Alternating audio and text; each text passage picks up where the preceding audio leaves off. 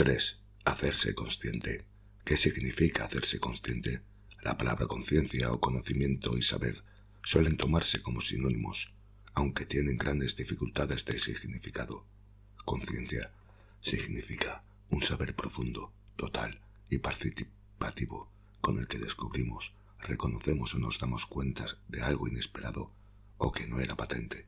En otras palabras, hacerse consciente significa enterarse, integrarse, completarse, en estado de atención concentrada. Veamos ahora distintas aplicaciones. La conciencia puede referirse al propio cuerpo o al propio estado psíquico, es decir, a los sentimientos y estados de ánimo. Un ejemplo sencillo de conciencia física es el atender a la propia respiración. Naturalmente, sabemos que respiramos, pero este es un conocimiento intelectual que puede demostrarse observando el hecho de la respiración, del inspirar y expirar, o el movimiento del abdomen. Pues bien, este conocimiento de que respiramos es algo muy diferente a la conciencia de respirar. Cualquiera puede darse cuenta de esta diferencia haciendo un experimento sencillo. Siéntese en postura de descanso, ni laxa ni rígida. Cierra los ojos y trate de no pensar en nada, sino únicamente de sentir la respiración. No es tan fácil como parece, porque lo invadirán muchos pensamientos, y acabará dándose cuenta, sobre todo al principio, de que pasados unos segundos ha dejado de atender a su respiración y ha empezado a pensar en muchas cosas, a menudo incoherentes. En la medida en que logre concentrarse en su respiración, se hará consciente de ella, sin tratar de forzarla ni de regularla, sin ninguna finalidad ni objetivo en absoluto. Se entrega al acto de respirar y descubrirá que esta conciencia de respirar es algo muy distinto a pensar en la respiración. En realidad, una cosa excluye la otra. En cuanto piense en mi respiración, no podré atender al acto de respirar. Otro ejemplo que cualquiera puede probar fácilmente lo he extraído del método conciencia sensorial de Charles Albert. Se adopta también la postura de descanso y se cierran los ojos, haciendo descansar las manos sobre los muslos. Es la postura que vemos en las estatuas de los faraones sedentes. Decidimos levantar un brazo hasta formar un ángulo de 45 grados, haciéndolo normalmente con los ojos abiertos. Nuestro sistema nervioso transmite una señal a los músculos correspondientes y el brazo se levanta. Lo hacemos enseguida para ver el efecto. La orden se cumple y podemos dar otra, la de bajarla a su posición anterior. ¿Hemos sentido el movimiento del brazo? Apenas. El brazo ha sido un instrumento casi como un brazo artificial, que hubiésemos elevado pulsando un botón. Lo que cuenta es el efecto, no el hecho.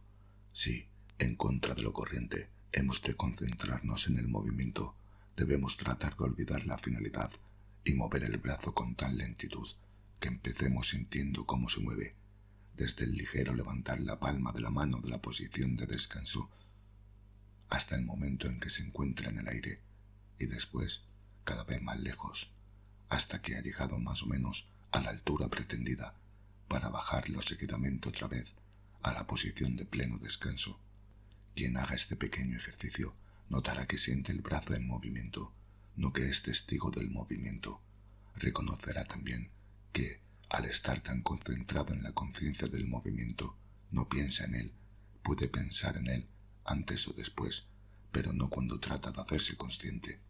El mismo principio rige en el arte del movimiento que enseña Katia de la Kawa y el Tai Chi Chuan, una antigua serie china de movimientos.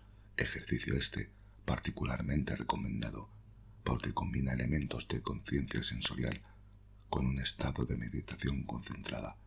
Yo mismo debo a Charles Albert haberme introducido durante los años 40 a la conciencia sensorial y a Katia de la Kawa enseñarme desde hace 10 años el arte del movimiento y sobre todo el Tai Chi. La conciencia de nuestros sentimientos y estados de ánimo también se contrapone al pensamiento.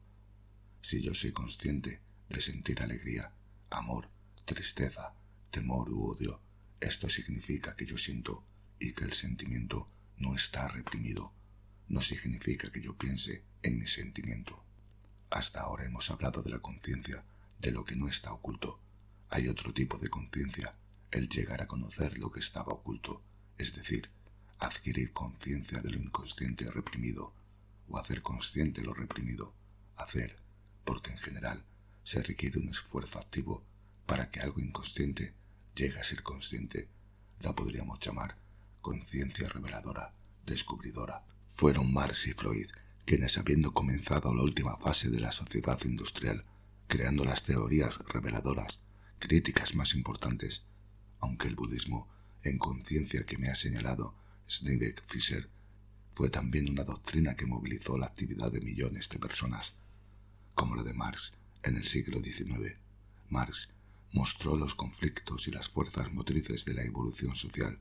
Freud atendió al descubrimiento crítico de los conflictos internos. Ambos aspiraban a la liberación del hombre, si bien la teoría de Marx es más general y menos temporal que la de Freud. Pero ambas teorías sufrieron el mismo destino. Perdieron pronto su cualidad más importante, la de pensamiento crítico y, por tanto, liberador, cuando la mayoría de sus fieles partidarios les convirtieron en ideologías, como convirtieron en ídolos a sus creadores. El hecho de considerar que las críticas de Freud y Marx representan la misma idea en dos dimensiones distintas se basa en una observación fundamental. La conciencia no solo atañe al descubrimiento de los conflictos íntimos, sino también a los conflictos de la vida social que las ideologías, las justificaciones sociales, niegan y ajustan. Como el individuo forma parte de la sociedad y no puede entenderse fuera del tejido social, los engaños sobre esta realidad social afectan a su claridad mental, impidiéndole también liberarse de los engaños sobre sí mismo. La visión, del mismo modo que la ceguera, es indivisible. La capacidad crítica de la mente humana es una: creer que podemos ver nuestra intimidad, siendo ciegos para el mundo exterior. Es como decir que la luz de una vela ilumina solo por un lado, no por todos. Esta luz es la capacidad racional de pensamiento crítico, penetrante, descubridor. Hemos de preguntarnos dos cosas: si la conciencia puede y cómo ser liberadora, y además, si esta liberación es siempre conveniente. No hay duda de que puede ser liberadora.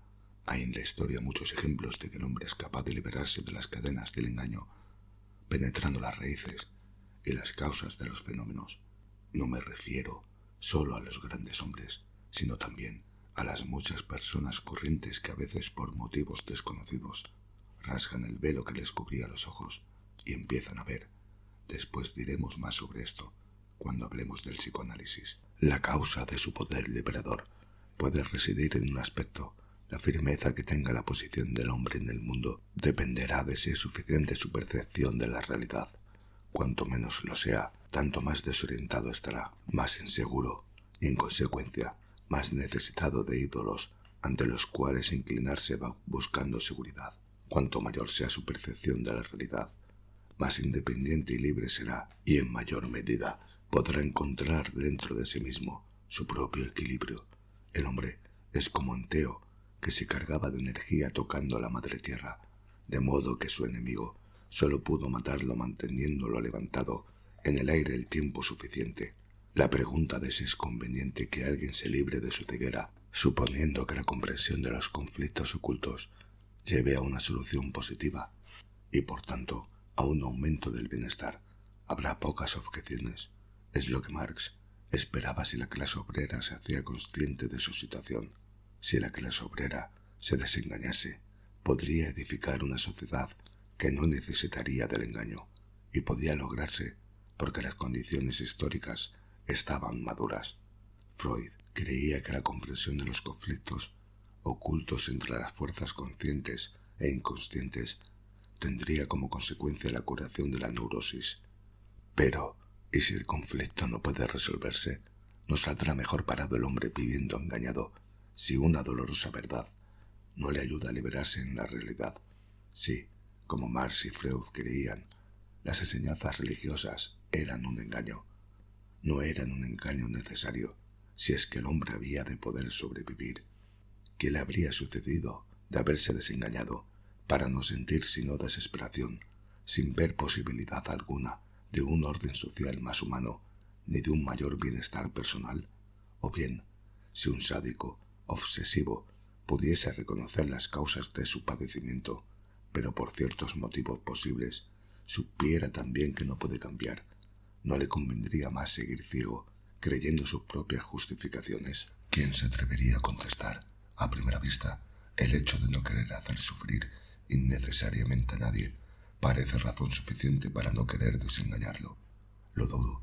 Sin embargo, no es lo mismo que si debe decirse o no la verdad a un paciente sobre su enfermedad mortal. No le arrebataríamos la última oportunidad de afrontar su vida, de reunir todas las fuerzas internas que no hubiese movilizado todavía y de elevarse del miedo a la serenidad y a la fortaleza de ánimo. Siempre se ha discutido mucho sobre esto. A mí me parece que los más interesados se negarán a escoger por principio una u otra solución.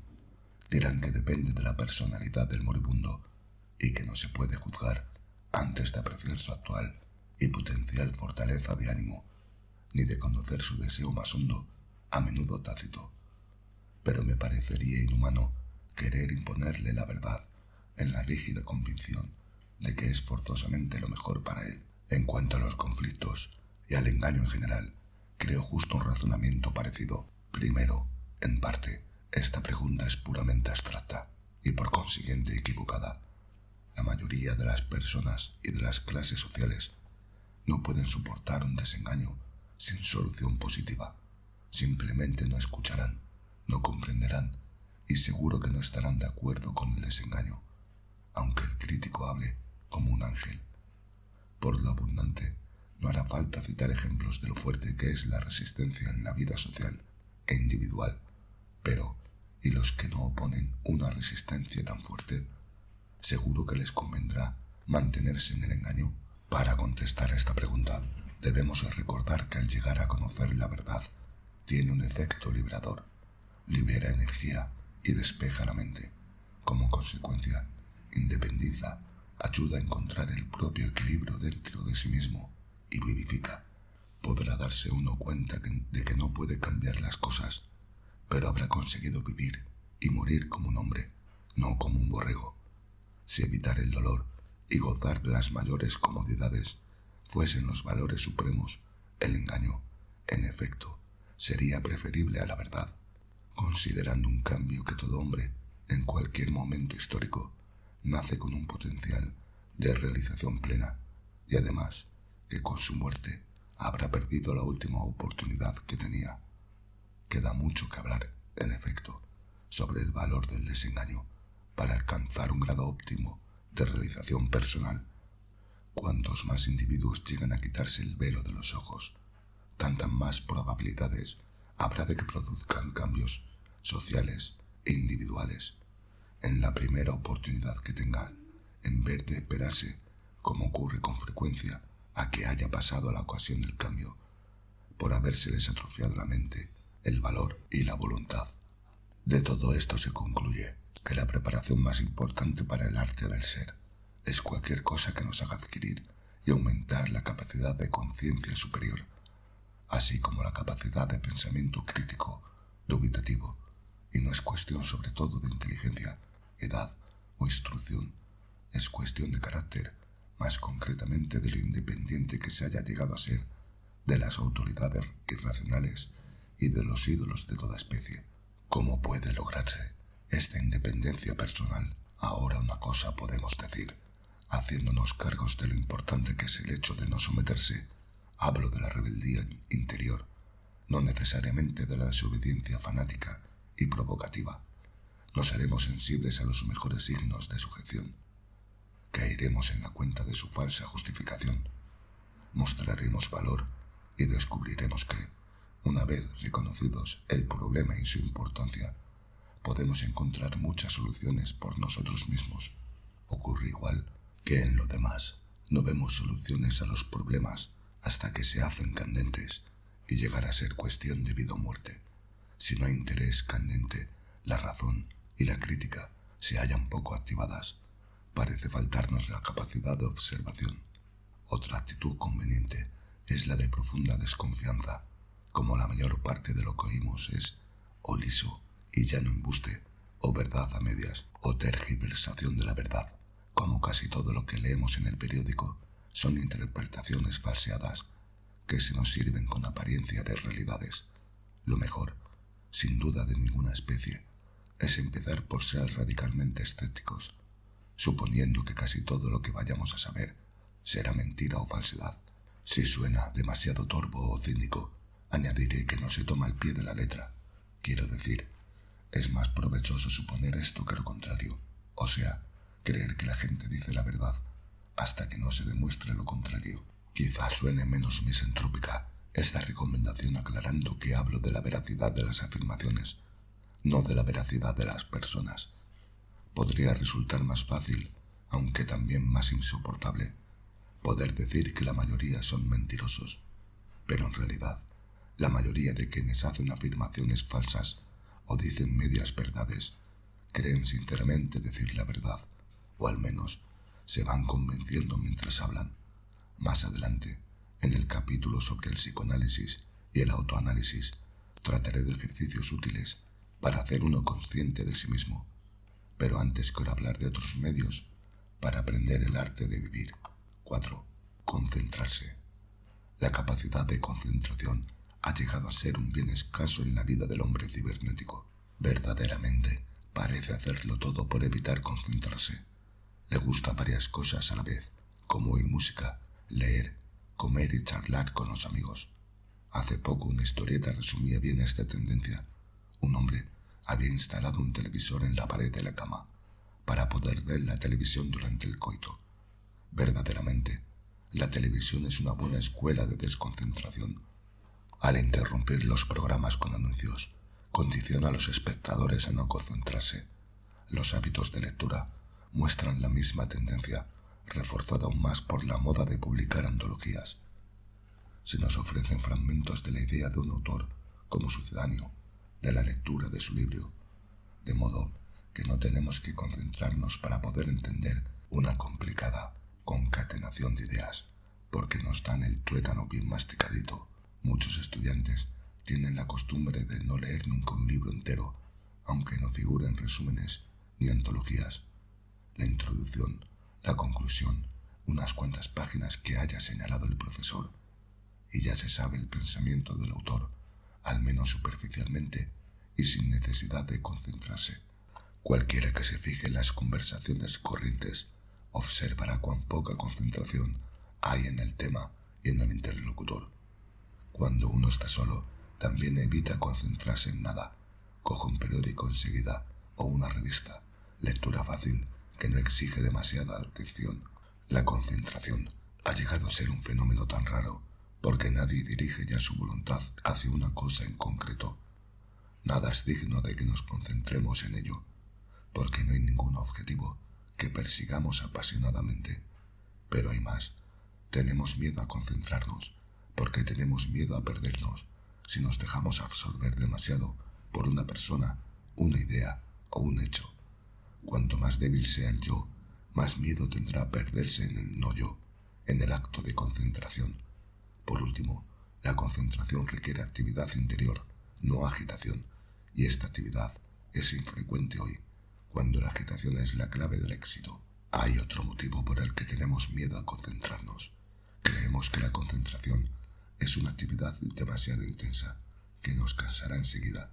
La verdad es lo contrario, como cualquiera puede observar en sí mismo. La falta de concentración cansa, mientras que la concentración despierta, y no hay misterio. La actividad desconcentrada no moviliza energías, porque exige pocas. Lo que nos despierta y nos hace sentirnos vivos es esta movilización de energías físicas y mentales. En definitiva, la dificultad de concentración procede de la misma estructura del sistema contemporáneo de producción y consumo. Si el trabajo de un hombre consiste en servir a una máquina, o en actuar como si formara parte de una máquina no inventada todavía, tendrá pocas oportunidades de concentrarse. El trabajo es demasiado monótono como para admitir una concentración genuina, y el mercado ofrece todas las diversiones posibles, tal variedad que ni podemos concentrarnos en nada, ni falta que nos hace. ¿A dónde iría a parar la industria si la gente empezase a concentrarse en unas cuantas cosas en vez de cansarse enseguida de todas y de correr a comprar otras nuevas que solo interesan por ser nuevas.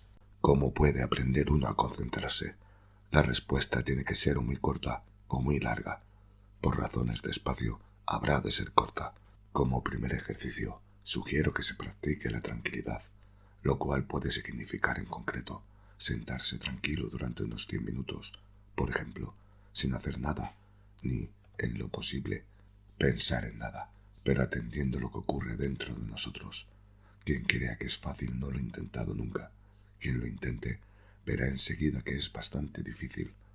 Notará que está inquieto, que mueve las manos, las piernas y el cuerpo.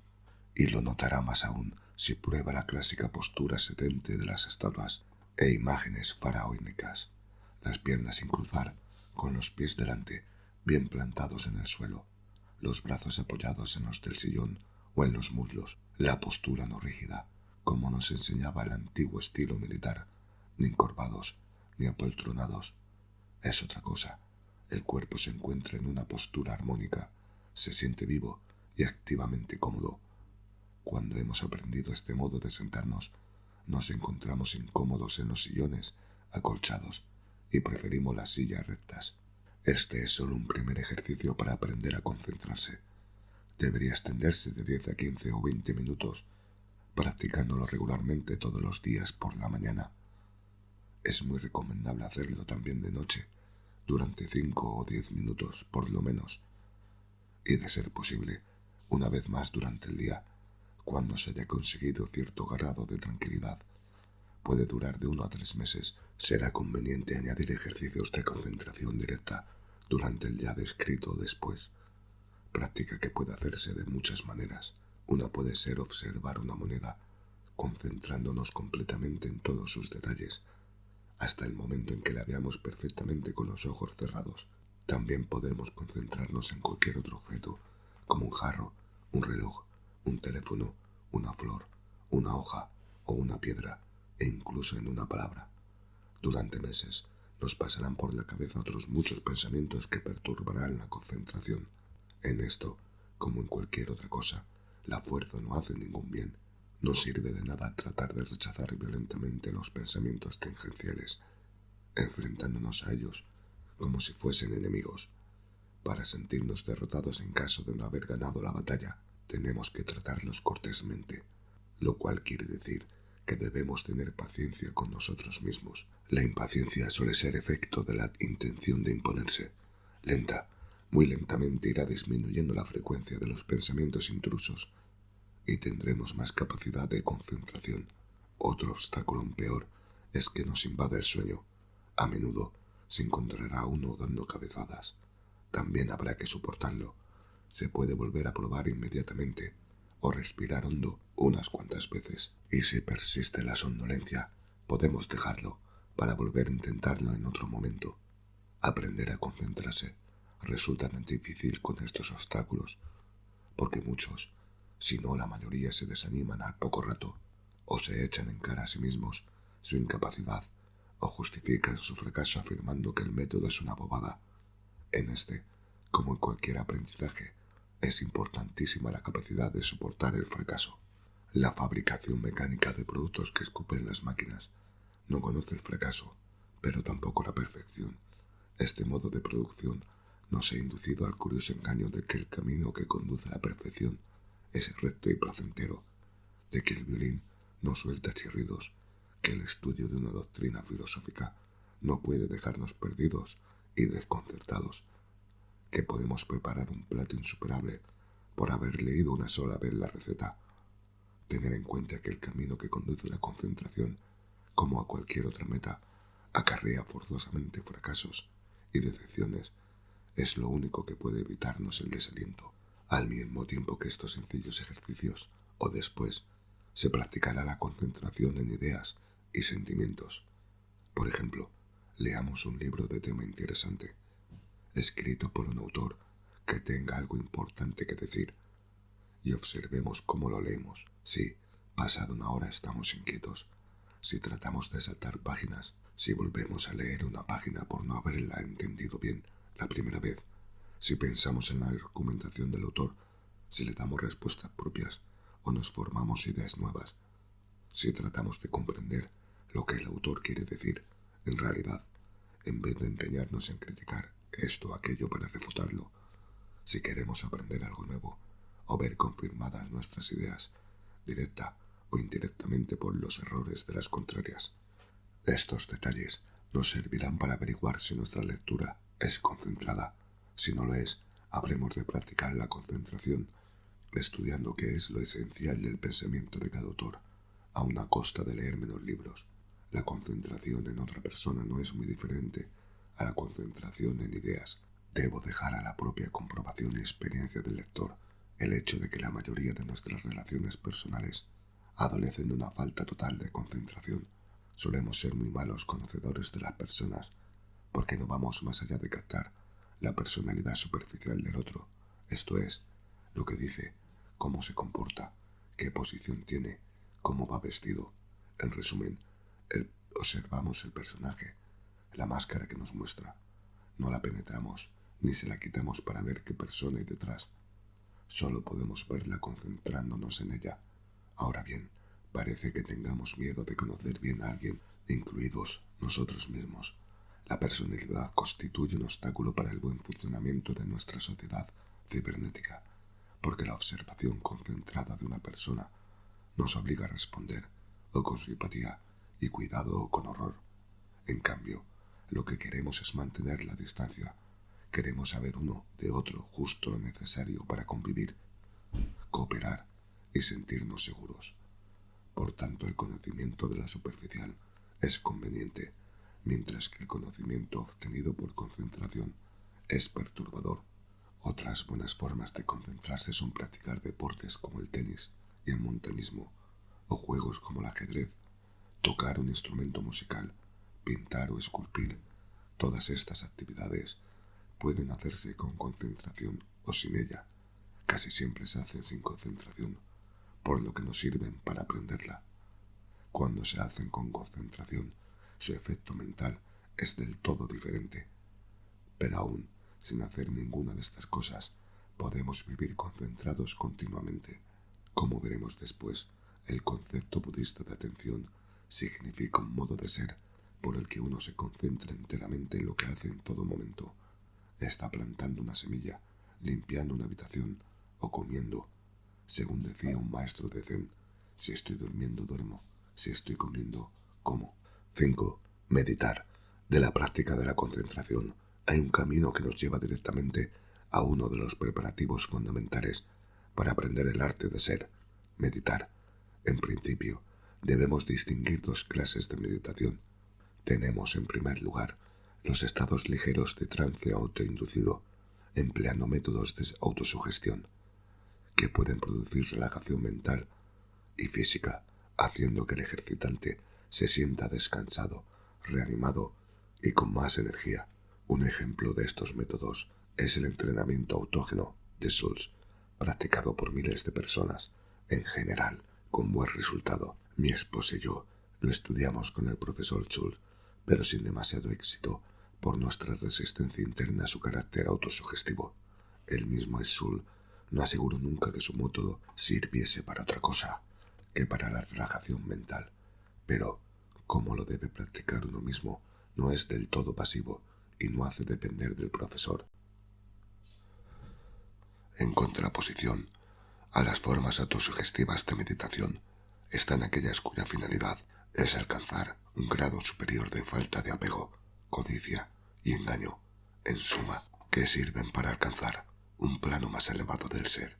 En la meditación budista he encontrado una forma sencilla, no engañosa y no sugestiva de meditación, que tiene el fin de acercarnos a la meta budista, la suspensión de la codicia, el odio y la ignorancia. Afortunadamente, disponemos de una excelente descripción de la meditación budista, realizada por Nyanaponika Thera, que recomiendo a todos los seriamente interesados en aprender este método. Según este libro, el fin de la meditación budista es la máxima conciencia de nuestros procesos físicos y mentales. El autor dice que el cultivo ordenado de la recta atención, según lo enseña el Buda en su discurso, sigue siendo el método más sencillo y directo, el más completo y eficaz de adiestramiento y desarrollo de la mente para sus tareas y problemas cotidianos, así como para su fin más elevado, la propia y definitiva liberación espiritual de la codicia, el odio y el engaño. Las enseñanzas del Buda ofrecen gran variedad de métodos de adiestramiento mental y temas de meditación adecuados a las diversas necesidades, temperamentos y capacidades individuales. Pero, en definitiva, todos estos métodos convergen en la vía de la atención, que el mismo maestro llamaba la vía única o vía directa.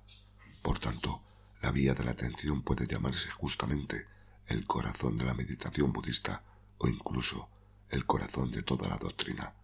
Este gran corazón es, en efecto, el centro de todos los flujos sanguíneos que corren por todo el cuerpo de la doctrina. Esta antigua vía de la atención es tan practicable hoy como hace 2500 años. Es tan aplicable en los países de Occidente como en los de Oriente, en medio del tráfago mundano, como en la paz de la celda monacal. Nyanaponika Mahataera. La recta atención es, de hecho, la base indispensable de la recta vida y del recto pensamiento para cualquier lugar, tiempo y persona. Tiene una misión vital para todos, no solo para el discípulo confirmado del Buda y su doctrina, sino para todos los que procuran gobernar esta mente tan difícil de dirigir y para los que sinceramente quieren desarrollar sus actitudes latentes para una mayor firmeza y felicidad. La atención no solo se practica en los ejercicios diarios de meditación, en que se trata sobre todo de la conciencia de la respiración, sino que también se aplica a cada momento de la vida cotidiana. Significa no hacer nada distraídamente, sino con plena concentración en lo que se hace, sea andar, comer, pensar o mirar, de modo que la vida quede completamente iluminada por la plena conciencia. La atención abarca al hombre entero y todo su campo de experiencia. Se extiende a todas las esferas del ser, tanto al propio estado de ánimo como a aquello que lo ocupa. Toda experiencia, si se observa con atención, es clara, distinta y real, no automática, mecánica y difusa. Quien ha llegado al estado de plena atención es ya alguien despierto, consciente de la realidad en su profundidad y concreción. Es concentrado, no distraído. Nyanaponika Mahataera. Lo primero que se ejercita para aumentar la atención es la respiración. Es, como subraya el autor, un ejercicio de atención, no de respiración. En la práctica budista no hay retención de la respiración, ni se interviene en ella de ninguna otra manera. No hay más que una mera observación, tranquila, de su flujo natural, con atención firme y constante, pero laxa y sostenida, es decir, sin tensión ni rigidez. Se advierte la lentitud o rapidez de la respiración, pero no se la regula deliberadamente. Sin embargo, la práctica constante hará de manera natural que sea más tranquila, regular y profunda, y esta tranquilidad y profundidad se transmitirá a todo el ritmo vital. Así, la atención a la respiración es un factor importante de salud física y mental, aunque solo incidentalmente a la práctica. En la meditación budista clásica, según la describe Nyanaponika Mahataera, después de la atención a la respiración, viene la atención a las posturas, la clara comprensión de todas las funciones del cuerpo, la clara conciencia de los sentimientos, del propio estado de ánimo, conocimiento de sí mismo y de los pensamientos. En este breve repaso, es imposible informar con suficiente claridad y detalle sobre la meditación budista, según se practica en la escuela Theravada, a la que pertenece Nyanaponika. Por tanto, a quien se interese seriamente por la meditación para la ampliación de la conciencia, no puedo sino recomendar que estudie el corazón de la meditación budista. No obstante, debo añadir una reserva a esta sugerencia. El autor dice que este método no es solo para los discípulos confirmados del Buda, pero él es un monje budista doctísimo y expone la doctrina en su forma tradicional para muchos que, como yo, no creemos en ciertas ideas budistas, como la reencarnación, en el negativismo del budismo Nihayana, o en ejercicios como el de convencerse de la vanidad del deseo, imaginándose un cadáver putrefacto. Es difícil practicar la meditación en la forma exacta que describe el autor. Sin embargo, creo que, aun descartando todo esto, Hay dos ideas esenciales aceptables para muchos, que como yo, no somos budistas, pero estamos profundamente impresionados por el núcleo de la doctrina.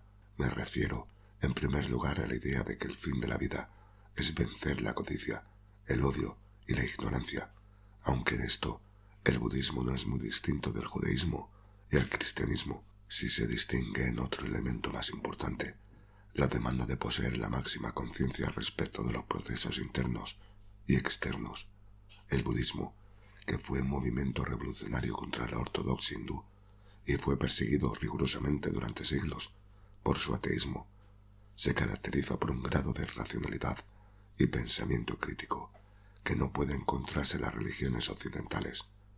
Lo esencial de su doctrina es que, con plena conciencia de la realidad, puede vencerse la codicia y el odio, y por tanto el sufrimiento. Es una doctrina filosófico-antropológica que propone unas normas de vida basadas en el análisis de los datos observables sobre la existencia humana. El mismo Nyanaponika Mahatera lo ha expresado con gran claridad, diciendo que la función de la atención es producir una claridad e intensidad de conciencia cada vez mayores y presentar un cuadro de la realidad cada vez más purificado de toda falsificación. Y dice que la meditación lleva una relación natural, estrecha y más amistosa con la subconsciencia. De esta manera, escribe, la subconsciencia será más expresa y más dócil al control, es decir, capaz de crear elementos de coordinación y refuerzo con respecto a las tendencias rectoras del espíritu consciente. Al reducirse la imprevisibilidad e ingobernabilidad de lo subconsciente, la confianza en sí mismo encontrará un fundamento más seguro. El autor ha tenido sus buenas razones para escoger el término subconsciencia. Yo preferiría hablar de la inconsciente, porque este término no da a entender una localización espacial debajo de la conciencia. Y acaba su descripción de esta práctica de la atención subrayando uno de los elementos más importantes del pensamiento budista, su afirmación de la independencia y de la libertad. Escribe, con este espíritu de confianza en sí mismo, la atención no requiere técnicas complejas ni recursos externos, porque se centra en la vida cotidiana. No tiene nada que ver con ritos, ni cultos exóticos, ni confiere más iniciaciones, ni conocimientos esotéricos que los obtenidos por propia iluminación.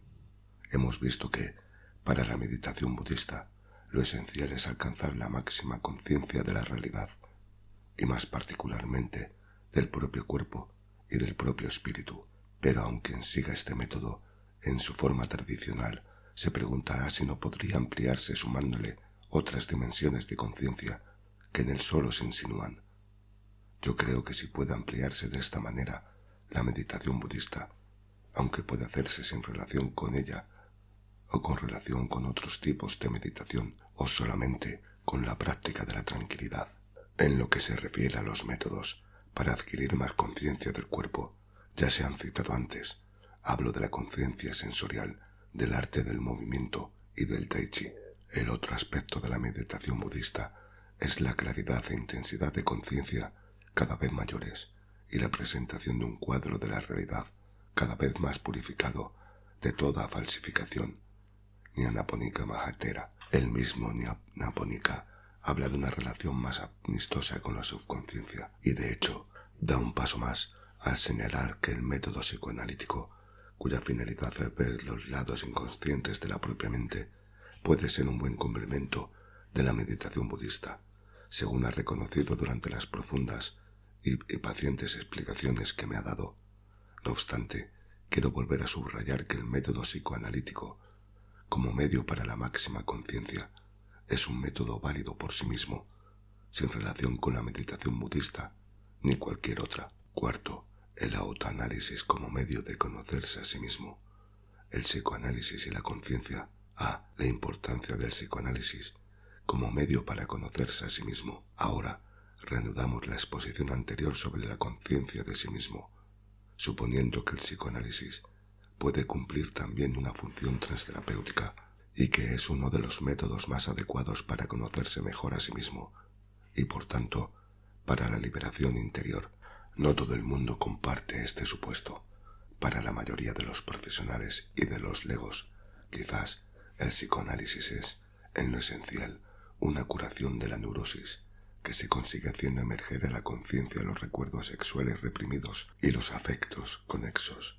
En esta idea, el concepto de conciencia es muy estricto, en comparación con el más amplio que expusimos antes. Se trata, sobre todo, de la conciencia de las energías reprimidas de la libido, y su finalidad se reduce también a la terapéutica, en el sentido tradicional, es decir, ayudar al paciente a que rebaje su sufrimiento extra, al nivel general, socialmente aceptable, de sufrimiento. Creo que este concepto estricto del psicoanálisis no hace justicia a la profundidad y al alcance verdaderos de los descubrimientos de Freud, y podemos citar al mismo Freud como testigo para justificar esta afirmación, cuando, en los años 20, arrebató el papel principal de su teoría al conflicto entre la libido y el yo, para concederlo al conflicto entre dos instintos biológicos, el instinto de vivir y el instinto de morir. Había abandonado en realidad su teoría de la libido, aunque trató de conciliar las dos. Además, Freud, al precisar que era lo que consideraba lo esencial de la teoría psicoanalítica, mencionó la represión, la resistencia y la transferencia, pero no la teoría de la libido y ni siquiera el complejo de Edipo. El hecho de que lo esencial del psicoanálisis, en apariencia, la teoría de la libido, quizá no sea en realidad el descubrimiento más importante de Freud, y ni siquiera el más acertado. Hemos de considerarlo atendiendo a un fenómeno más general. El pensador creativo solo puede pensar con las pautas y categorías de su cultura. Ocurre a menudo que su idea más original es impensable, por lo cual tiene que expresarla, manipulando o simplificando sus descubrimientos. La idea original tiene que expresarse primero en formas erróneas, hasta que la evolución del pensamiento, debida a la evolución de la sociedad, permita a las antiguas formulaciones liberarse de sus errores temporales, para adquirir una importancia mayor aún de la que hubiera sospechado su autor. Freud, tan imbuido como estaba de la filosofía materialista burguesa, creyó imposible suponer que una energía psíquica pudiese mover al hombre, a menos que se pudiera identificar a la vez como energía fisiológica, y la única energía que reunía ambas cualidades era la energía sexual. La teoría de Freud de que el conflicto entre la libido y el yo es el conflicto principal del hombre era un supuesto necesario que le permitía formular su descubrimiento fundamental en términos expresables. Puede decirse que lo esencial del psicoanálisis, liberado de las cadenas de la teoría de la libido, es el descubrimiento de la importancia que tiene el choque de las tendencias contrapuestas en el interior del hombre, la fuerza que tiene la resistencia para oponerse a la conciencia de estos últimos, las justificaciones que hacen aparentar su inexistencia, la liberación que supone el hacerse consciente de ellos y el papel patogénico de los conflictos no resueltos. Freud no solo descubrió estos principios generales, sino que fue el primero en idear métodos concretos para estudiar lo reprimido en los sueños y en el comportamiento de la vida cotidiana. Los conflictos entre los impulsos sexuales, el yo y el superyo, constituyen solo una pequeña parte de los conflictos que, tanto arrastrándose trágicamente como habiéndose resuelto productivamente, son fundamentales en la existencia humana. La importancia histórica de Freud no reside en que descubriese las consecuencias de reprimir el afán sexual. Fue esto una tesis audaz en su época, pero si hubiese sido su mayor contribución, no habría ejercido la revulsiva influencia que ha llegado hasta nosotros, y que más bien se debe a haber acabado con la antigua idea de que el pensar y el ser del hombre son idénticos. B. Las limitaciones del psicoanálisis como medio para conocerse a sí mismo. Está de moda correr al psicoanalista cuando uno no se encuentra con dificultades en la vida. Sin embargo, hay unas cuantas razones que aconsejan no acudir a él, por lo menos en busca de los primeros auxilios. La primera razón es porque resulta una salida fácil a la necesidad de tratar de resolver uno mismo su dificultad, además del ideal de una vida cómoda, sin esfuerzo y sin dolor, de que hablábamos antes. Hay también una idea muy difundida de que la vida no debe ofrecer conflicto alguno, ni alternativas angustiosas, ni dolorosas decisiones. Son situaciones que se consideran más o menos anormales o patológicas, no parte inevitable de una vida normal. Naturalmente, las máquinas no conocen conflictos. ¿Por qué habrían de sufrirlos unos autómatas vivientes, a menos de tener un defecto de construcción o de funcionamiento? Puede haber idea más simple.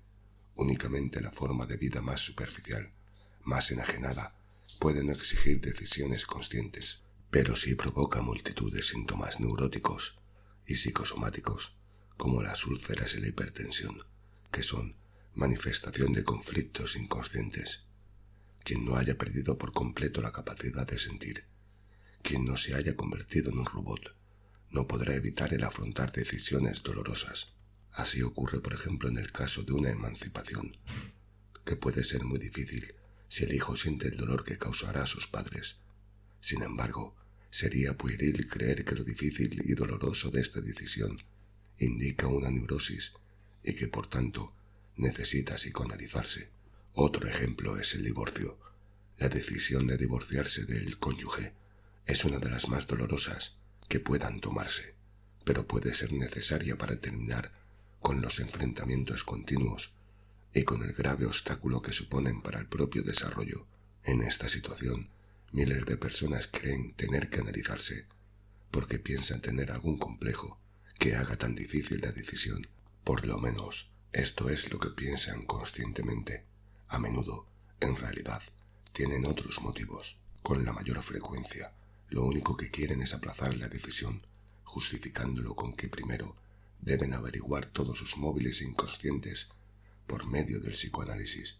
Muchas parejas acuerdan ir ambos al psicoanalista antes de tomar la decisión, sin importarles demasiado que el análisis pueda durar 2, 3 o 4 años. Al contrario, cuanto más dure, más tiempo tendrán para evitar la decisión. Pero, además de esta demora conseguida, con la ayuda del análisis, muchas de estas personas tienen otras esperanzas, conscientes o inconscientes. Algunas esperan que, al final, el analista decida en su lugar o les aconseje lo que deben hacer directamente a través de la interpretación. Y si esto no resulta, guardan una segunda expectativa. El psicoanálisis les ofrecerá tal claridad interior que podrán decidir sin dificultad ni esfuerzo. No obstante, si no se cumple ninguna de estas dos esperanzas, aún podrán acceder a una dudosa ventaja. Se habrán cansado tanto de hablar del divorcio que decidirán cualquier cosa sin pensarlo demasiado, divorciarse o seguir juntos. En este caso, tendrán al menos un tema de conversación que interesará a los dos, lo que sienten, temen, sueñan, etc. En otras palabras, el análisis habrá proporcionado cierta sustancia a su comunicación, aunque se tratará sobre todo de hablarse de sus sentimientos, no de sentirse uno al otro de manera diferente. A estos ejemplos podríamos añadir otros muchos. La decisión de un hombre de abandonar un trabajo bien pagado por otro más interesante, pero menos lucrativo. La alternativa de un político entre dimitir o actuar en contra de sus convicciones. La participación en un movimiento político de protesta, arriesgándose a perder el empleo o a figurar en una lista negra, o la fidelidad de un sacerdote a la verdad que le dicta su conciencia, arriesgándose su expulsión de la orden a la que pertenece y a la pérdida de toda seguridad material y psíquica que le proporciona. Parece que se acude mucho menos al psicoanalista buscando ayuda en estos conflictos entre las convicciones y el interés, que en relación con los conflictos familiares y personales. Podríamos sospechar que estos conflictos personales se ponen tanto en primer plano con el fin de encubrir otros más importantes, graves y dolorosos. Entre las convicciones, la integridad, la autenticidad y el interés egoísta.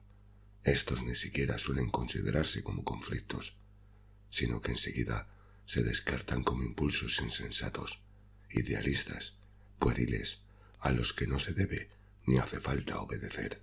Sin embargo, son los esenciales en la vida de cada uno, mucho más importantes que el hecho de divorciarse o no divorciarse, puesto que en estos casi siempre no se trata más que de cambiar de modelo.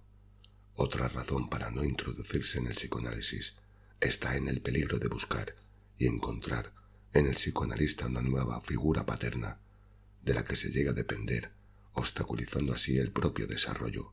El psicoanalista clásico dirá que lo cierto es exactamente lo contrario, que el paciente descubre la dependencia inconsciente del padre en la transferencia al analista y que el análisis de la transferencia resuelve tanto la transferencia como el apego originario al padre.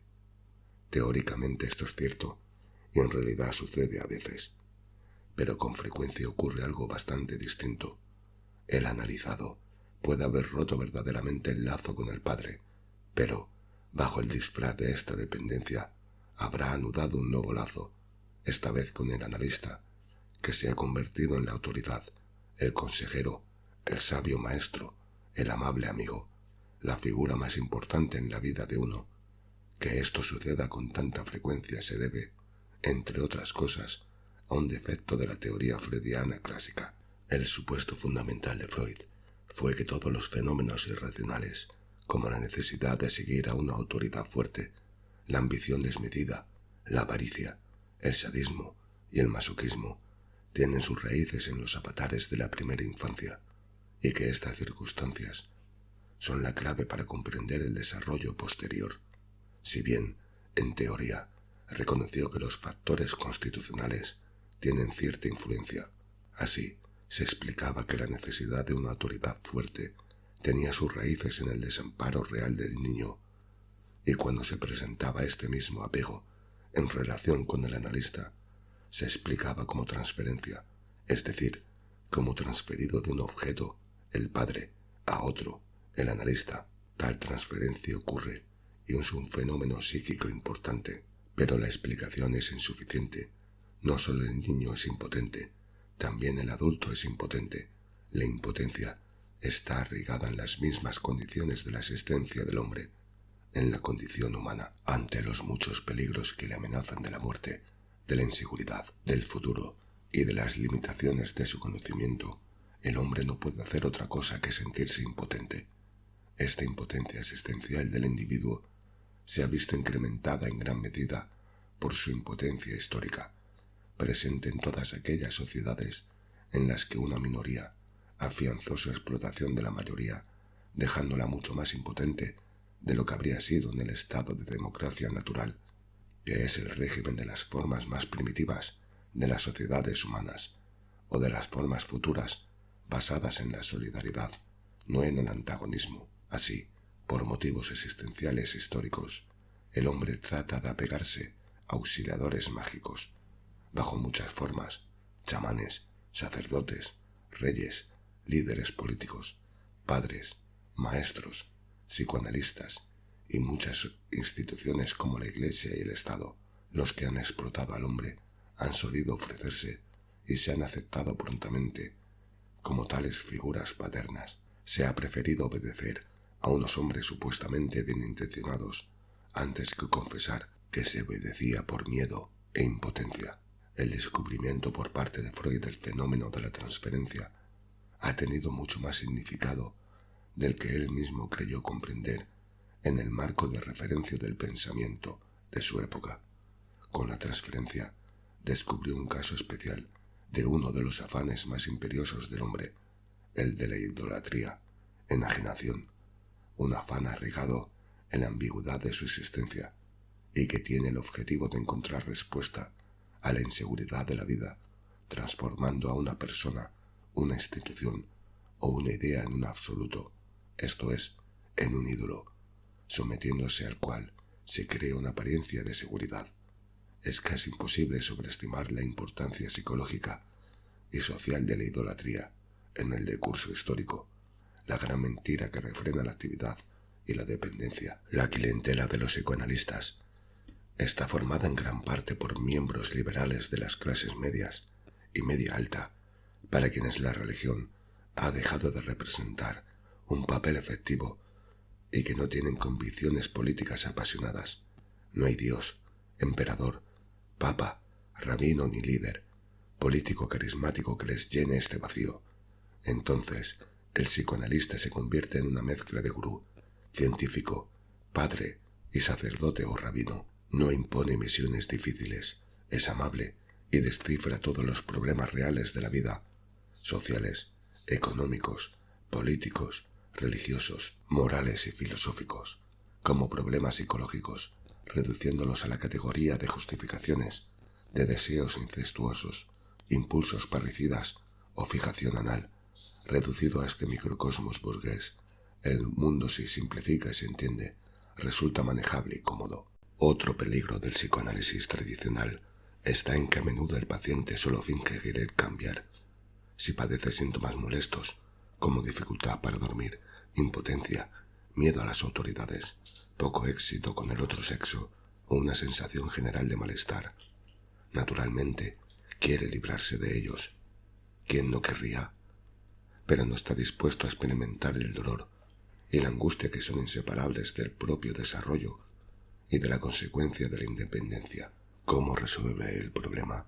Espera que con tal de seguir la regla básica, decir lo que se le ocurra sin censurarlo, quedará curado sin dolor ni esfuerzo, por decirlo con brevedad. Cree en la curación por la palabra, pero no hay tal cosa, sin esfuerzo ni disposición a sentir dolor y ansiedad. Nadie evoluciona, nadie logra, en realidad, nada que merezca la pena lograrse. Otro peligro del análisis tradicional es casi el más inesperado, la cerebralización de la experiencia afectiva. La intención de Freud era evidentemente la contraria. Quería atravesar los clásicos pensamientos conscientes para alcanzar lo más vivido, los sentimientos y fantasías primarios, inexplicados e ilógicos, bajo la superficie lisa de la razón. Y la encontró en el estado hipnótico, en los sueños, en el lenguaje de los síntomas y en muchos detalles menores del comportamiento, generalmente inadvertidos. Pero en la práctica se fue olvidando este objetivo y el psicoanálisis se convirtió en una ideología. El psicoanálisis fue transformándose poco a poco en una especie de investigación histórica de la evolución de un individuo, muy sobrecargada de explicaciones e interpretaciones teóricas. El analista se basaba en unos cuantos supuestos y utilizaba las asociaciones del paciente como prueba documental de la validez de la teoría. Lo hacía de buena fe, porque estaba convencido de la verdad del dogma y creía que la aportación del analizando debía de ser profunda y genuina precisamente por ajustarse a la teoría. El método fue haciéndose cada vez más explicativo. Veamos a continuación un ejemplo típico. Una mujer padece obesidad por hábitos compulsivos de alimentación. El analista interpreta que su compulsión y la consiguiente gordura se deben al deseo inconsciente de tragar el semen de su padre y quedarse embarazada de él. El hecho de que ella no tenga ningún recuerdo directo de haber sentido nunca deseos ni fantasías semejantes se explica por la represión de estos penosos datos infantiles. Pero, con el fundamento de la teoría, se reconstruye este origen y el resto del análisis consiste, en gran parte, en la tentativa del analista de emplear las posteriores asociaciones y sueños de la paciente para demostrar lo acertado de la reconstrucción. Se supone que la paciente se habrá curado cuando haya comprendido enteramente el significado del síntoma. Fundamentalmente, el método de esta especie de interpretación es curar mediante la explicación. La cuestión esencial es por qué se ha formado el síntoma neurótico. Al pedirse al paciente que continúe sus asociaciones, se le compromete intelectualmente en la investigación sobre el origen de sus síntomas. Lo que pretendía ser un método de conciencia ha llegado a transformarse, en realidad, aunque no en teoría, en una investigación intelectual. Aunque las premisas teóricas fuesen certeras, este método no podría producir más cambios que cualquier otro método de sugestión. Si una persona se analiza durante mucho tiempo y se le dice que este o aquel factor es la causa de su neurosis, estará fácilmente dispuesta a creerlo y abandonará su síntoma, en la fe de que el descubrimiento de las causas ha producido la curación. Este mecanismo es tan frecuente que ningún científico aceptaría que la curación de un síntoma sea debido a un medicamento determinado, a menos que el paciente desconozca si ha recibido este medicamento o un placebo, y no solo el paciente, sino también el médico, para asegurarse de que él mismo no estará influido por sus expectativas. prueba del doble ciego. Este peligro de intelectualización es tanto mayor hoy cuando la enajenación predominante de la propia experiencia afectiva lleva a un entendimiento casi totalmente intelectual de sí mismo y del resto del mundo. C.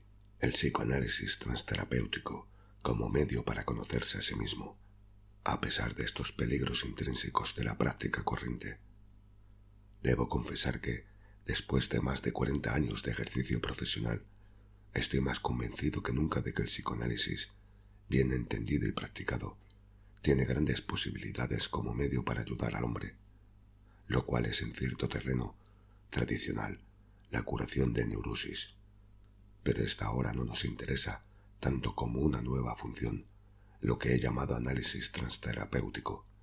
Puede empezar siendo un análisis terapéutico, pero no termina cuando se curan los síntomas, sino que prosigue hacia nuevas metas, allende la terapéutica, o bien poder empezar con un objetivo transterapéutico si no hay graves problemas psicopatológicos que resolver. Lo decisivo es que sus fines no se detienen cuando el paciente vuelve a la normalidad. Freud no tenía presente esta finalidad como terapeuta, aunque no le era tan extraña como podríamos creer, si bien el objetivo de su terapéutica era la adaptación de una vida normal, ser capaz de trabajar y amar. No había puesto su mayor ambición en esta terapéutica, sino en la creación de un movimiento ilustrador, basado en lo máximo que puede conseguirse con la ilustración, la conciencia y el dominio de las pasiones irracionales. El objetivo transterapéutico del psicoanálisis es la propia liberación del hombre mediante la máxima conciencia, la consecución del bienestar, la independencia, la capacidad de amor y de pensamiento desengañado, crítico, el ser en vez del tener. En otra época llamé a veces a este psicoanálisis humanista, pero después abandoné este término, en parte porque lo recogieron un grupo de psicólogos cuyas ideas no comparto, y en parte por querer evitar la impresión de que fundaba una escuela nueva de psicoanálisis. En cuanto a las escuelas psicoanalíticas, la experiencia ha demostrado que son perjudiciales para la evolución teórica del psicoanálisis y para la competencia de sus profesionales, lo cual es evidente en el caso de la escuela de Freud. Creo que la necesidad de mantener unidos a sus partidarios mediante una ideología común impidió a Freud reformar sus teorías. Si hubiese modificado ideas básicas, les habría privado de dogmas unificadores. Además, la escuda y la aprobación que otorgaba tuvieron efectos devastadores para sus miembros.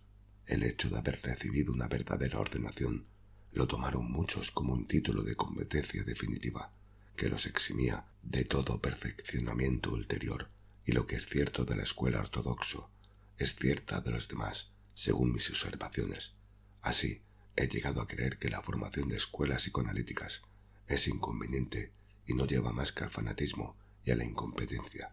Este psicoanálisis transterapéutico revisa algunas teorías de Freud, particularmente la teoría de la libido, por ser un fundamento demasiado endeble para la comprensión del hombre. No se centra en la sexualidad y en la familia, sino que pretende que las condiciones especiales de la existencia humana y de la estructura social tienen mucha más importancia, y que las pasiones que mueven al hombre no son, en lo esencial, instintivas. Son una segunda naturaleza suya, constituida por la interacción de las condiciones existenciales y sociales. También es distinto el procedimiento, es más activo, directo y estimulante. Sin embargo, el fin fundamental es el mismo que el del psicoanálisis clásico: descubrir los anhelos inconscientes, reconocer la resistencia, la transferencia y la justificación, e interpretar los sueños como camino real a la comprensión de lo inconsciente. Pero hemos de añadir una reserva. Alguien que persiga el objetivo de alcanzar el máximo desarrollo puede tener también síntomas neuróticos y necesitar, por tanto, el análisis como terapéutica. El hombre que no se haya enajenado por completo, que siga siendo sensible y capaz de sentir, que no haya perdido el sentido de la dignidad, que no se haya vendido todavía, que aún pueda sufrir al ver sufrir a los demás, que no haya adoptado enteramente el modo existencial del tener. En suma, el hombre que sigue siendo hombre, que no se ha convertido en cosa, no puedo por menos que sentirse solo, impotente, aislado en la sociedad de hoy. No puede evitar dudar de sí mismo y de sus convicciones, sino de su cordura. No tiene más remedio que sufrir. Aún así puede vivir unos momentos de gozo y lucidez desconocidos para sus coetáneos normales. No será raro que padezca una neurosis derivada de su situación de hombre cuerdo en una sociedad loca, una neurosis distinta a la más enfermo, que quiere adaptarse mejor a una sociedad enferma. Sus síntomas neuróticos se curarán en el progreso de análisis, es decir, conforme adquiera más independencia y productividad. En definitiva, todas las formas de neurosis indican que no se ha resuelto bien el problema de vivir. 2. El psicoanálisis transterapéutico como introducción al autoanálisis. Si la investigación de lo inconsciente debe formar parte de la meditación, tenemos que preguntarnos si una persona puede analizarse a sí misma. Indudablemente, es muy difícil y debe preferirse, de ser posible, que sea un analista competente que nos introduzca esta práctica del autoanálisis. Así pues, debemos preguntarnos primero qué analista es competente para este tipo de análisis transterapéutico. Si el mismo analista no persigue este objetivo, difícilmente comprenderá lo que quiere y necesita el paciente.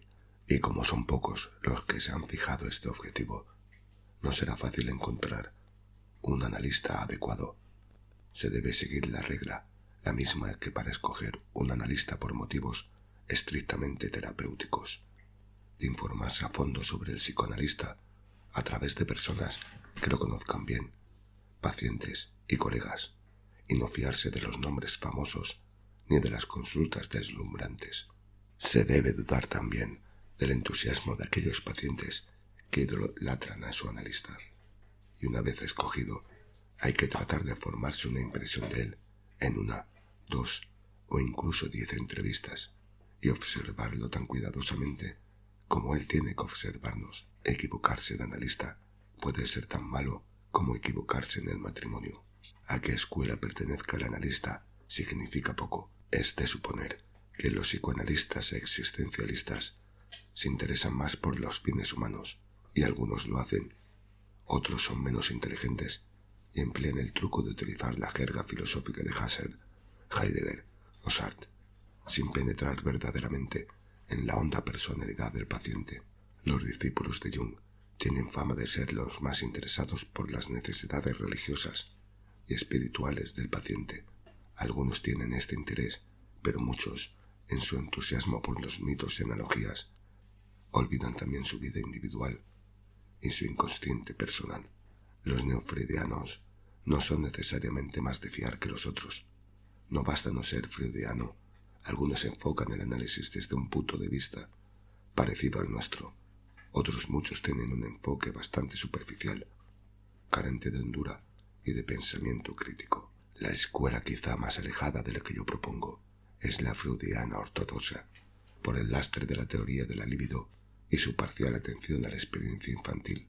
Pero a pesar de la doctrina, algunos de sus miembros tendrán probablemente las cualidades y las ideas personales necesarias que los conviertan en guías aceptables para la plena conciencia de la realidad interior. En resumen, creo que la competencia de un analista es menos cuestión de la escuela a la que pertenezca que de su personalidad, de su carácter, de su capacidad crítica y de sus ideas personales. La persona del analista tiene una relación estrecha con el método que emplea. En primer lugar, no creo que el análisis que tenga la finalidad de enseñar el autoanálisis deba durar demasiado. Por lo general, bastarán 2 horas semanales durante 6 meses. Hará falta un procedimiento especial. El analista no debe ser pasivo. Después de escuchar de 5 a 10 horas al paciente, tiene que haberse formado una idea de su estructura inconsciente y de la intensidad de su resistencia. Entonces tendrá que darle a conocer sus conclusiones y analizar sus reacciones, particularmente su resistencia. Además, tendrá que analizar desde el principio sus sueños, emplearlos como guía de su diagnóstico y comunicarle su interpretación, como la de todo lo demás.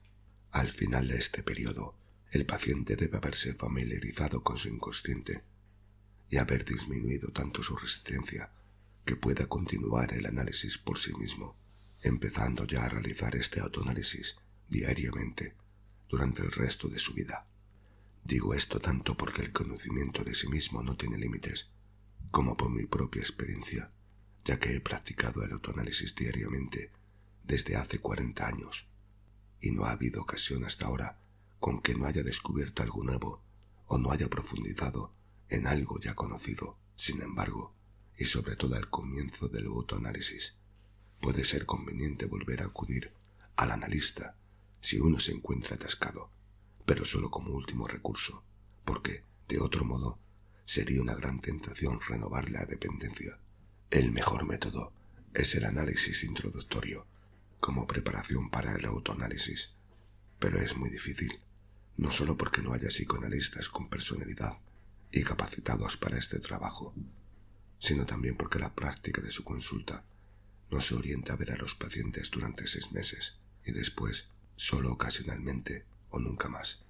Este método requiere un tipo especial de interés y un horario más flexible. Creo que si se difundiese más el autoanálisis transterapéutico, se especializarían en este método cierto número de psicoanalistas, o al menos le dedicarían la mitad de su jornada. Pero, ¿y si no se encuentra el analista adecuado, o por cualquier motivo no se puede ir al lugar de su consulta, o no se puede costear? ¿Es posible el autoanálisis en tal caso? La contestación a esta pregunta depende de unos cuantos factores. En primer lugar, de lo intensa que sea la voluntad de alcanzar el objetivo de la liberación, pero aún esta voluntad en cuanto tal no sería efectiva si no fuese porque el cerebro humano tiene una tendencia propia a la salud y al bienestar, es decir, al logro de todas las condiciones humanas que promueven el desarrollo y la evolución del individuo y del género humano. Es bien sabido que en el somático existe esta tendencia a la conservación de la salud, y todo lo que puede hacer la medicina es eliminar los obstáculos que la perturban o reforzarla. De hecho, la mayoría de las enfermedades se curan sin ningún tipo de intervención, pero hasta hace poco no se ha empezado a comprender que lo mismo ocurre con el bienestar mental, aunque era bien sabido en época de menos intervencionismo técnico. Son factores desfavorables para el autoanálisis los estados de patología grave, que incluso son difíciles de tratar mediante un análisis regular, prolongado. Otros importantísimos son las condiciones materiales de la vida de una persona. Por ejemplo, si uno no tiene que ganarse la vida por haber heredado una fortuna o por vivir de sus padres o de su cónyuge, le resultará más difícil que a quien tenga que trabajar y por tanto pueda aislarse menos. Quien viva en un grupo en el que todos tengan el mismo defecto se inclinará a considerar lo normal. Otra condición negativa se produce cuando las propias cualidades neuróticas son beneficiosas para el modo en que uno se gana la vida, de manera que la reforma interior puede poner en peligro su subsistencia. Pensemos en el narcisismo, que es condición necesaria para el éxito de un actor, o en el administrativo, que podría perder su empleo si dejase de ser sumiso. Por último, es de gran importancia la condición cultural y espiritual de una persona. Es muy distinto el caso, y a menudo decisivo, si uno ha tenido algún contacto con el pensamiento filosófico, religioso o político crítico, o si no ha salido nunca de los tópicos de su ambiente y de su clase social. La mera inteligencia en cuanto tal no parece ser un factor decisivo. A veces, la brillantez intelectual se pone solo al servicio de la resistencia. 3. Método de autoanálisis. Haría falta escribir un libro entero para explicar cómo aprender a analizarse a sí mismo. Por tanto, debo limitarme aquí a hacer unas cuantas sugerencias sencillas. Antes de empezar, se tiene que haber aprendido a estar tranquilo, a sentarse relajadamente y a concentrarse. Cumplida esta primera condición, hasta cierto punto al menos, se puede proceder de distintas maneras que no se excluyen mutuamente. 1. Podemos tratar de recordar los pensamientos que nos invadían cuando pretendíamos estar tranquilos y examinarlos un poco para ver si tienen alguna relación entre sí y cuál, o podemos observar ciertos síntomas, como el de sentimientos cansados, a pesar de haber dormido lo suficiente, o deprimidos, o irritables, y seguirles la pista. para averiguar qué los provoca, cómo reaccionan, cuál es la experiencia inconsciente que se oculta tras la sensación manifiesta. No digo a propósito pensar en ellos, porque la solución no se consigue mediante el pensamiento teórico. Lo máximo que se consigue es una especulación teórica. Por seguirles la pista, quiere decir probar imaginativamente diversas sensaciones posibles hasta conseguir que una se presente con claridad como la causa del sentimiento consciente de cansancio. Un ejemplo: tratemos de imaginar cansancios anteriores del mismo tipo y recordar si después nos dimos cuenta de la causa. Imaginamos varias posibilidades que se hayan podido provocar, como el haber querido aplazar una tarea difícil en vez de afrontar su dificultad, un sentimiento ambiguo hacia un amigo o persona querida, una crítica que puede haber herido nuestro narcisismo hasta el punto de provocarnos una ligera depresión, o el encuentro con una persona a la que mostramos una amabilidad fingida. Otro ejemplo más complicado: un hombre se ha enamorado de una mujer.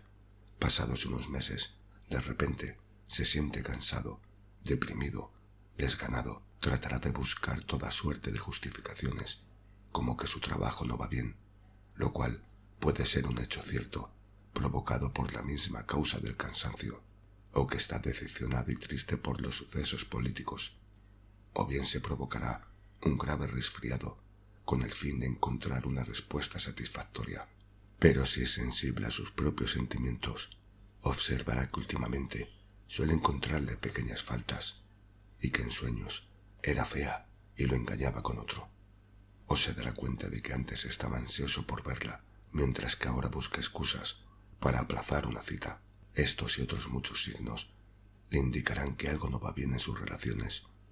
Se concentrará en esta sensación y descubrirá de repente que su imagen de ella ha cambiado, que en el primer estallido de su atracción erótica y sexual por ella no se había dado cuenta de ciertos rasgos negativos, y que su dulce sonrisa le parece ahora fingida y fría. Hará remontar este cambio de opinión a una tarde en la que, al entrar en un salón, la observó hablando con otras personas antes de verlo ella, y recordará que, en ese momento, casi le disgustó, aunque desechó tal sentimiento como neurótico o irrazonable, pero que en realidad, a la mañana siguiente, había despertado ya con ese ánimo deprimido que viene sufriendo desde hace varias semanas. Había tratado de reprimir sus dudas y su cambio de opinión porque, en el escenario de la vida consciente, seguía representando el papel del amor y la admiración, de modo que el conflicto no vino a manifestarse, sino bajo la forma indirecta del estancamiento,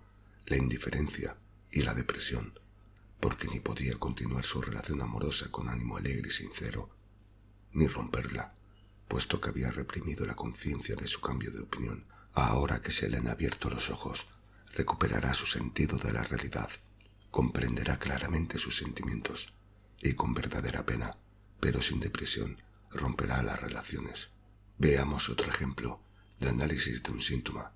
Un soltero cuarentón sufre el miedo obsesivo cada vez que sale a no haber apagado la estufa eléctrica y que un incendio pueda destruirle la casa, y especialmente su valiosa biblioteca. Así, se siente impulsado a volver cada vez que sale, impulso que naturalmente perturba sus actividades normales. Este síntoma tiene una explicación sencilla. Hacía casi 5 años que le habían operado de cáncer.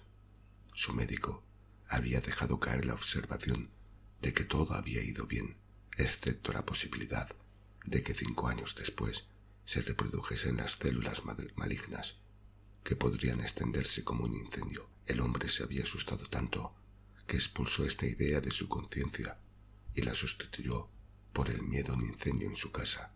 Un miedo, aunque incómodo, mucho menos torturador que el miedo a la reproducción del cáncer. Al hacerse consciente lo reprimido de este miedo, desapareció la obsesión por el incendio sin reavivarse el temor al cáncer, a lo cual contribuyó el hecho de que hubieran pasado ya casi 5 años desde la operación y se hubiese reducido, por tanto, el peligro de más complicaciones. Esta mentalización suele producir una sensación de alivio e incluso de alegría, aunque el asunto en sí pueda ser muy poco agradable. Sea lo que fuere lo recién descubierto, el seguirle la pista conducirá con la mayor probabilidad a otros descubrimientos o ramificaciones en el mismo o en otros momentos. Lo que importa es no caer en la trampa de enunciar complejas especulaciones teóricas. 2. Otra introducción al autoanálisis es la que corresponde al método de las asociaciones libres. Abandonamos el dominio de nuestros pensamientos, les dejamos curso libre y tratamos de escudriñarlos con el fin de descubrirles relaciones ocultas y ver si hay puntos de resistencia donde sintamos como una detención del tren del pensamiento, hasta que se sitúen en primer plano ciertos elementos de los que antes no hubiéramos tenido conciencia. 3. Otro método de introducción es el autobiográfico, meditar sobre nuestro propio historial, empezando por la infancia y terminando con los proyectos del futuro. Tratar de obtener un cuadro de los sucesos importantes, de nuestros primeros temores, esperanzas y decepciones, y los hechos que disminuyeron nuestra fe y confianza en las personas y en nosotros mismos. ¿De quién dependo? ¿Cuáles son mis temores principales? ¿Qué querían que fuese cuando nací? ¿Qué objetivos tuve y cómo cambiaron? ¿Qué encrucijadas encontré y dónde me equivoqué de camino? ¿Qué esfuerzos hice para rectificar y volver al buen camino? ¿Quién soy ahora y quién sería si hubiese tomado siempre las decisiones justas y hubiese evitado cometer errores importantes? ¿Quién quería ser yo hace tiempo? ¿Quién quiero ser ahora y quién en el futuro? ¿Qué opinión tengo de mí mismo? ¿Qué opinión quiero que tengan de mí los demás? ¿Qué diferencias hay entre estas dos opiniones y con el que creo que es mi yo verdadero?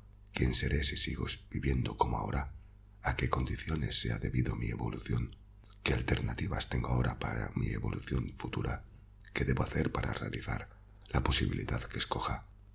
Esta meditación autobiográfica no debe consistir en una teorización abstracta que baraje expresiones de la terminología psicoanalista, sino que debe quedar en el plano real del ver, sentir e imaginar, reduciendo al mínimo los pensamientos teóricos. 4. Otro método estrechamente relacionado con el autobiográfico es el que trata de descubrir las discordancias entre nuestros objetivos conscientes y los que no conocemos, pero que también determinan nuestra vida. Muchas personas tienen dos planes de este tipo. Uno, consciente, oficial, por decirlo así, que sirva de fachada al otro, el plano oculto, que domina nuestra conducta. Esta discordancia entre el plano oculto y el plan consciente se muestran muchas tragedias griegas que atribuyen el plano oculto al hado. El hado es la forma enajenada del plano inconsciente del hombre que está en su interior y que determina su vida. La tragedia de Edipo, por ejemplo, muestra esta discordancia con toda claridad. El plan oculto de Edipo es matar a su padre y casarse con su madre. Su plan vital consciente y deliberado es evitar este crimen a toda costa, pero el plan oculto tiene más fuerza en contra de su intención y sin saber lo que hace, vive de acuerdo con el plan oculto. El grado de discordancia entre el plan consciente y el plan inconsciente varía muchísimo en las personas. En un extremo están los que no tienen plan oculto por haberse desarrollado tanto que han llegado a estar totalmente de acuerdo consigo mismos y no necesitan reprimir nada. En el otro extremo no hay plan oculto porque se han identificado con su yo maligno hasta tal punto que ni siquiera tratan de aparentar que tienen un mejor yo. Aquellos se llaman los justos, los iluminados. Estos son unos enfermos graves, clasificables bajo unos cuantos títulos diagnósticos que tampoco servirían mucho para comprenderlos. Entre estos dos extremos podríamos situar a la gran mayoría de las personas, aunque en este grupo medio puede hacerse una distinción importante. Por una parte, están aquellos cuyo plan consciente es una idealización de lo que en realidad ansían, de modo que, en lo esencial, ambos planes son semejantes. En otros, la fachada es justo lo contrario del plan oculto. No sirve más que para esconderlo, con el fin de poder conseguirlo mejor. En los casos de grandes contradicciones entre los dos planes es cuando se producen conflictos graves, inseguridad, dudas y pérdida de energía, y en consecuencia se desarrollan síntomas manifiestos. Como podría ser de otra manera, cuando hay que emplear constantemente gran cantidad de energía en evitar la conciencia de la contradicción interior, en dejar de ser hostigado por las terribles dudas sobre la propia identidad y en reprimir ese oscuro sentimiento de falta de autenticidad e integridad. La única alternativa consiste en continuar en el estado de malestar o bien penetrar en las hondas capas reprimidas de la experiencia, lo que forzosamente produce un gran alto de ansiedad. Veamos unos cuantos ejemplos de planes ocultos. Me acuerdo de un hombre, lo conocía bien, pero no lo analicé, que me contó una vez el sueño siguiente. Estaba sentado a un ataúd que servía de mesa. En ella se sirvió una comida que comí. Después me enseñaron un libro en el que habían estampado su firma muchos grandes hombres. Vi los hombres de Moisés, Aristóteles, Platón, Spinoza, Marx y Freud. Me pidieron que la última firma fuese la mía. Era de suponer que, después, cerrarían el libro para siempre. Era un hombre extraordinariamente ambicioso. A pesar de su gran brillantez y sus muchos conocimientos, le costaba muchísimo escribir un libro por sí mismo y con ideas que no hubiese tomado de otros. Era de carácter sádico, encubierto por ideas radicales, altruistas y ocasionales gestos de servicialidad. En la primera parte del sueño vemos un deseo necrofágico muy poco velado. La comida servida encima del ataúd expresa el deseo, traducido en texto claro, no censurado, de comer el cadáver que encierra. Esta es una de las frecuentes manifestaciones de lo que Freud llamaba el trabajo del sueño, por el cual el pensamiento onírico latente, inaceptable, se traduce a un texto onírico manifiesto de apariencia inocua. La segunda parte del sueño apenas ha sufrido censura de ninguna clase. La ambición del que sueña es llegar a ser famoso como uno de los grandes pensadores del mundo. Su egoísmo se manifiesta en desear que con él acabe la historia de la filosofía, que no vuelva a haber grandes hombres de quienes puedan sacar provecho las generaciones futuras. Este plan oculto de comer los cadáveres de los grandes hombres, es decir, de alimentarse de los maestros del pasado, convirtiéndose él mismo en maestro mediante esta introyección, era algo desconocido para esta persona y oculto para quienes lo rodeaban, admiradores, la mayoría de su brillantez y amabilidad y de sus benévolas ideas. He aquí el esquema de otros planes ocultos: salvar a la madre del padre Currer y a través de su admiración llegar a ser el hombre más grande del mundo, acabar con todo bicho viviente para que me dejen en paz y pueda librarme de mi complejo de inferioridad y del miedo a los demás, pegarme a alguien rico y poderoso, conseguir su favor y esperar su muerte para heredar todo lo que tenga, bienes materiales, ideas y prestigio, experimentar el mundo como una cárcel hecha de comida. El fin de la vida es comer los muros de la prisión. El hecho de comer viene a ser el sentido de la vida. Comer significa liberación. Podríamos añadir muchos más, aunque no en número ilimitado, porque todos los planes ocultos responden a las necesidades existenciales del hombre, y estas son también limitadas. ¿Quiere ello decir que en realidad somos traidores, mentirosos, sádicos, etc.? Solo que lo encubrimos y no lo representamos en nuestra conducta manifiesta. Esto es lo que puede significar de veras y traicionar, mentir y torturar. Son nuestras pasiones dominantes. Y esto es lo que significa, en no pocos, precisamente los menos interesados en hacer tales descubrimientos. En otros muchos, sin embargo, estas tendencias reprimidas no son dominantes. Si llegan a hacerse conscientes, chocan con las pasiones contrarias y tienen muchas probabilidades de salir derrotadas en la lucha. El hecho de hacerse conscientes es la condición para que este choque sea más grave, pero no resuelve por sí mismo los afanes que se habían reprimido.